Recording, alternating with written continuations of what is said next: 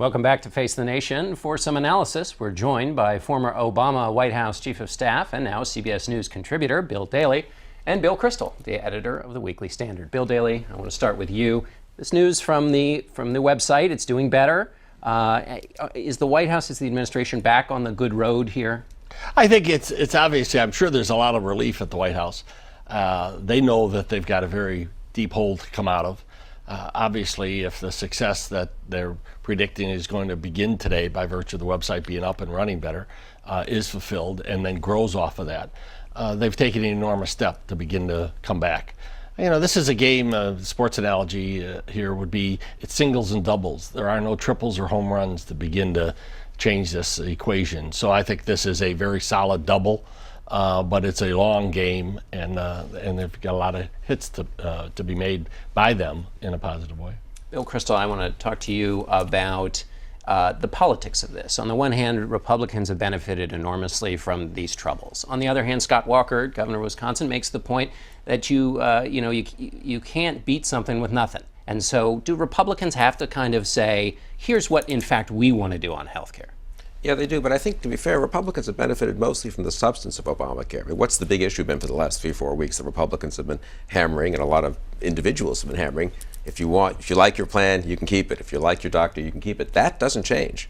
The website could work perfectly, and 5 million people have lost their plans and are being shoved into inferior plans or ones that suit them less well. So I think that problem, I mean, the website in that respect is a bit of a distraction. We'll see how well it's been fixed. I think it's a good example of why you don't want government to do these things. I think if the private sector, if a bunch of private companies were competing, as they are, I think Aetna and Cigna and those guys, they would pay a price if the website crashed and people would go to another company. That doesn't happen with the government, which is why government shouldn't run big chunks of our economy like healthcare. And Republicans do need they have some positive alternatives. They need to highlight them more, and I think need to advance them more. I think Paul Ryan will introduce a pretty big set of Republican alternatives, not one giant bill, but let's address Medicare, Medicaid, the individual market, the corporate market, and I think he'll introduce something probably right after the new year, or at least lay out the principles of it so people can say with more comfort, and I think more truth, that Republicans do have a positive reform agenda in health care.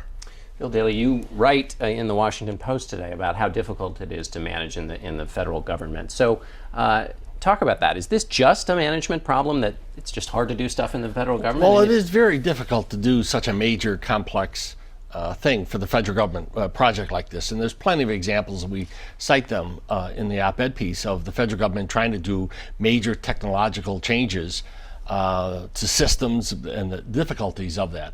So I think there is very much a problem of management in the federal government. This is a Democrat-Republican problem. This administration did put forward a bill to Congress on procurement reform. It's not sexy, it's not dramatic, but those are the sort of things, if you run a government and you manage it, that have to be done. And the private sector has made enormous strides. Federal government is way behind, even state and local agencies. Now, what they say on Bill Kristol's side is that when you hire a president who's never run anything, this is what happens. What's your response to that? No, I think anyone who thinks that the president is equivalent to a CEO who can just make changes really doesn't understand how the federal government works. You have a system that's been built over years that any president, Democrat or Republican, and I'm sure there's plenty of Republican presidents who were frustrated by the difficulties of moving major projects forward. Forgetting the legislative process, I'm just talking about the management of them. Because it's not sexy, it's not attractive. The Congress really doesn't pay attention to it except to try to make political points.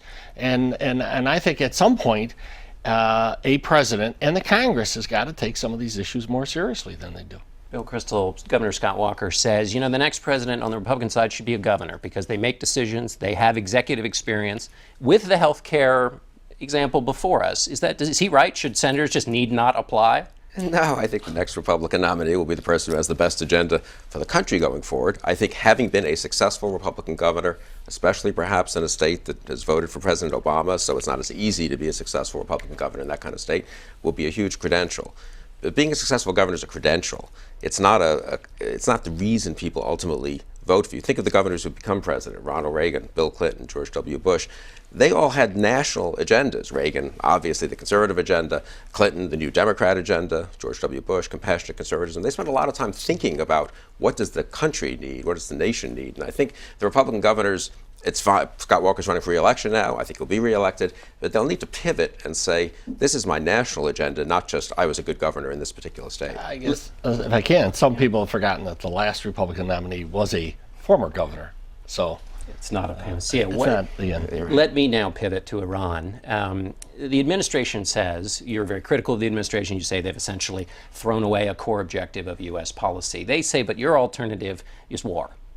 I mean, that the path you're advocating is inevitably a march to war with Iran. Well, the administration itself used to say that all options are on the table. What does that mean except for the threat of military force? Now, if the administration wants to say military force is out of the question, then they're going to make the kind of deal they just made.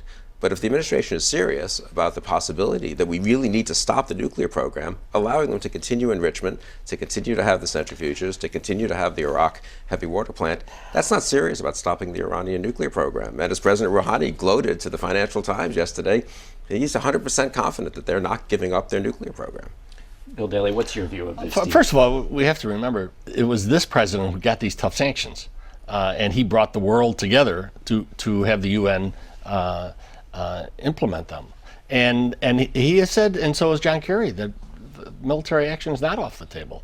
Now, everyone hopes to avoid that, and there's a process here. And let's see where, if anywhere, it ends up in 6 months.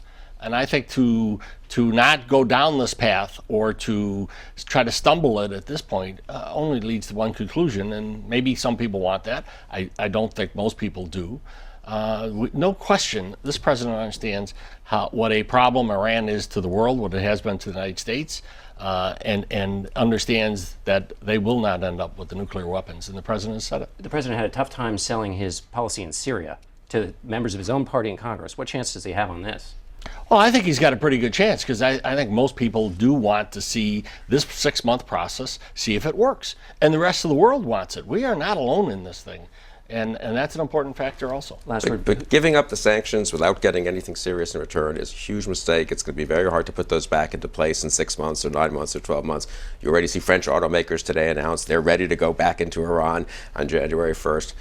So I think that's very problematic, at least. And secondly, we negotiated in 2009, the Obama administration negotiated with the United Arab Emirates a landmark deal. They gave up the prospect of enrichment. That was considered a great blow against nuclear proliferation, where they were going to have a nuclear program but no enrichment. To give way on enrichment, the UAE, Saudi Arabia, Turkey, Egypt, they're all saying, hey, are you kidding? Iran gets to enrich and we don't? I think all barriers are off then to nuclear programs around the Middle East and elsewhere. Wonderful. Thanks very much, Bill Kristol, Bill Daley. We'll be back in 1 minute with our authors panel.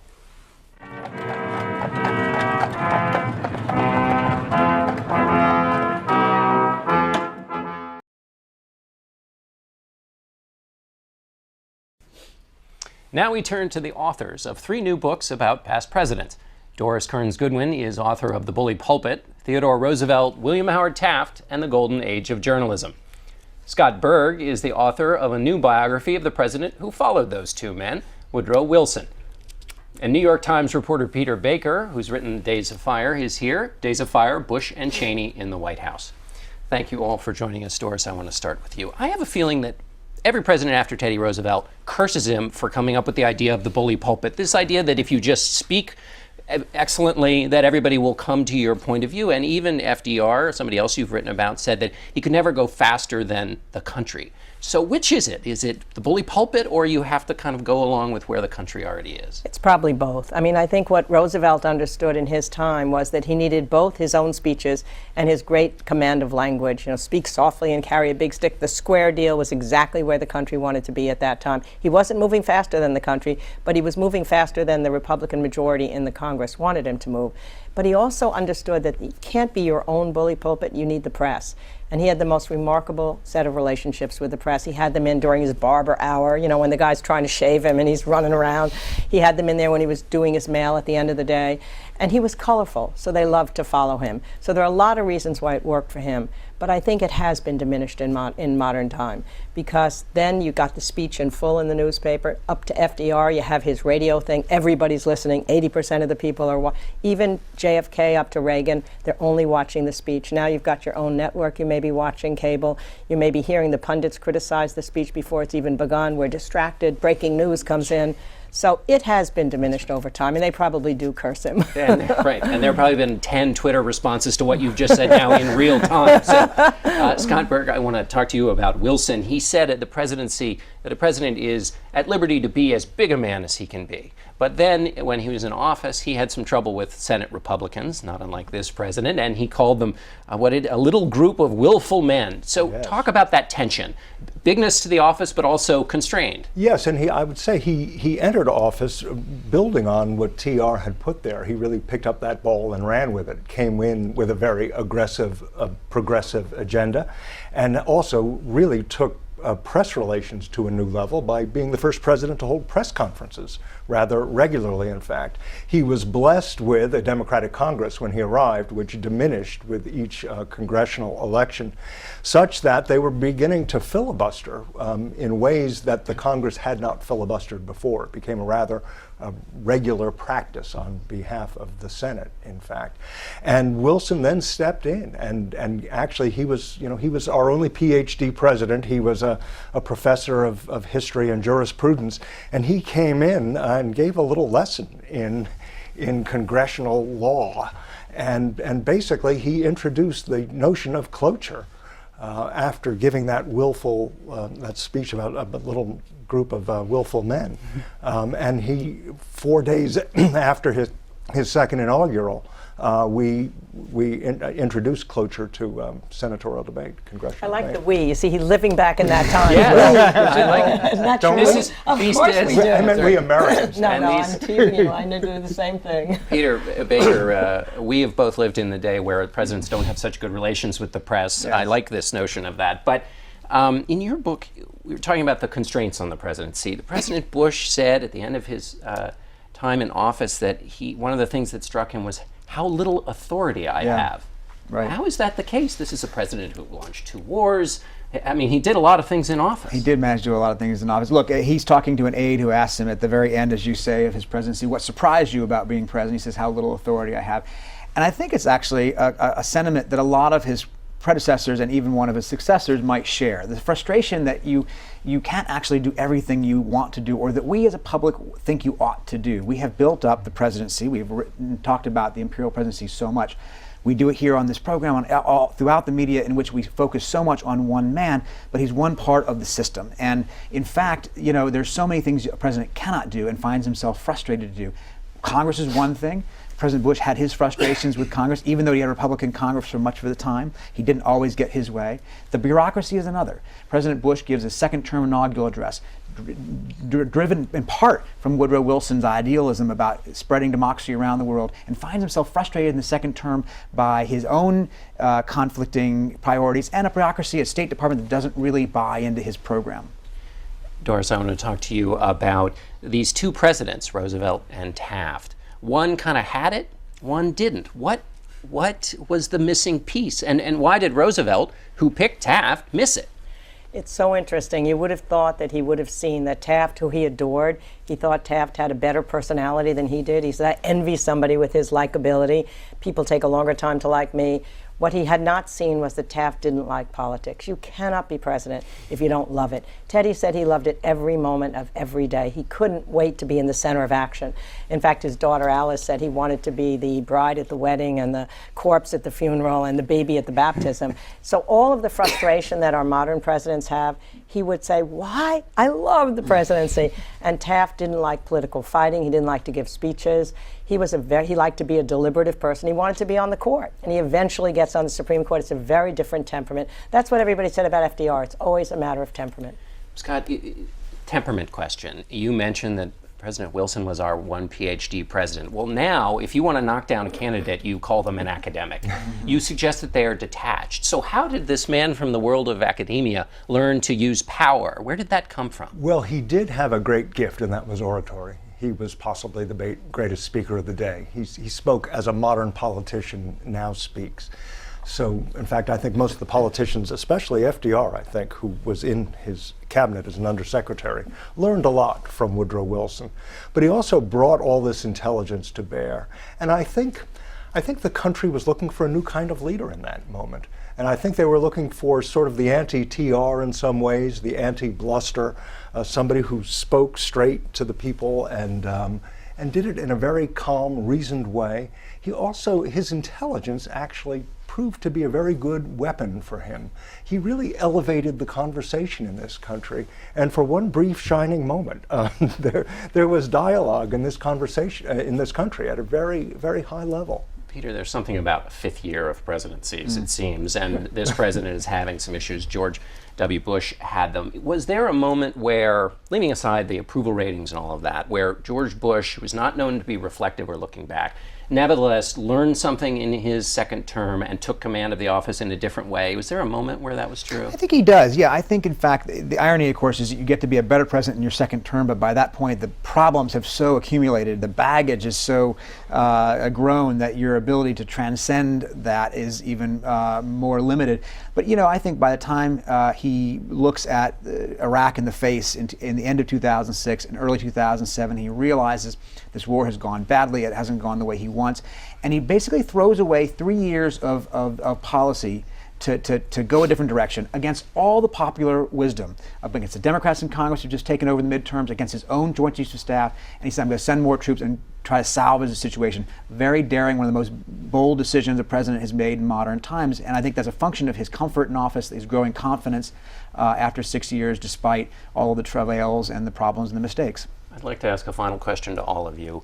The presidential campaign season never seems to stop, so what of the men you've studied is one attribute that you would say, here is something they took into office that we might look for in these current people who are running, and find out if they've got it, because it might help in the job they're going to go take? I think what Teddy Roosevelt did so well was he went out on a train, a whistle-stop train, during his presidency, year after year, month after month. He stopped at village stations. He talked to the people. He learned to talk in their language. He said, my Harvard friends think I talk too folksy, and I'm kind of homely in my language, but I know I'm reaching the people emotionally. Get out of the White House, even as president, and forgetting the campaign, be on the road as much as you can, talking to people. I think Wilson felt very much the same. Wilson said, we are not put in this world to sit still and know, we are put in it to act. And he came in and from day one had this very aggressive, progressive agenda, and he just bullied it through as much as he could, largely, again, using his powers of oratory. Yeah, I think President Bush's strength in some ways, obviously, your greatest strength is sometimes your weakness, but his greatest strength is he knew himself, he felt comfortable in his own skin, he didn't second guess a lot, he didn't spend his time agonizing over decisions, he made decisions and moved on, again, sometimes to a fault.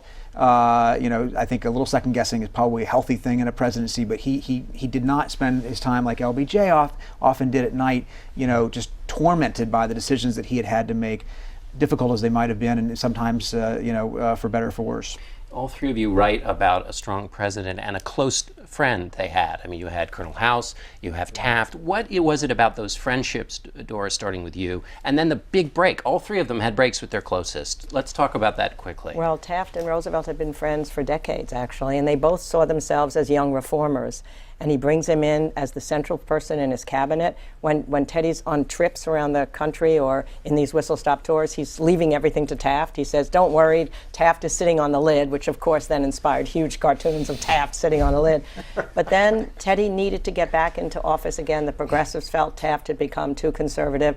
When that rupture came, what I understood then, it was much more emotional than I thought, and heartbreaking, until they finally get together at the end. I was so happy that they finally saw each other before Teddy died. That last dinner. Well, when Taft handed the keys over to Wilson to the White House, he said, this is the loneliest place in the world. So I think there is this instinct to have a friend, you know, even if it's a dog, as some presidents have said, that's what you need to get in the White House. And most of them are rather solitary creatures, I think. Woodrow Wilson certainly was. He was his own Secretary of State, you know, despite having 3 Secretaries of State. But basically, these are men who live in the world of their own minds, their heads. Certainly Woodrow Wilson did. And he had great fights with 2 or 3 of the closest people in his life over the years, going back to his professorial days at Princeton. He had a very close friend who succeeded him as the president of Princeton, and they had a rift. So it was with Colonel House. with Joseph Tumulty, who was his leading guy in the White House. So yeah, it was inevitable with Wilson. Peter, you try and get at the mystery of the relationship between Bush and Cheney, much discussed. What's the upshot of that? Well, I think the upshot is that we, of course, oversimplify this relationship. It's complicated. It's not the easy Saturday Night Live cartoon figure, although that's a very fun sketch about the puppet master and the puppet. In fact, to the extent that Cheney had power, it was because Bush authorized him to, enabled him, wanted him to, leaned on him in the beginning. But that begins to change drastically over time, much more, I think, than most of us realized. So over the 8 years, they're moving further and further apart on policy, foreign policy, domestic policy, economic policy. By the end, they're really on the opposite sides of almost every major decision coming before them. Until it finishes with this rather dramatic break over Scooter Libby, the vice president's chief of staff, that he wants him pardoned and Bush refuses. And it's really a much more Shakespearean tale, I think, than people had imagined it would turn out to be. Okay, Peter Baker, Scott Berg, Doris Kearns Goodwin. We are near the holidays. All of these make good. They don't make stocking stuffers because they're just enormous. They make good doorstops, but buy the doorstops for your family. We'll be right back.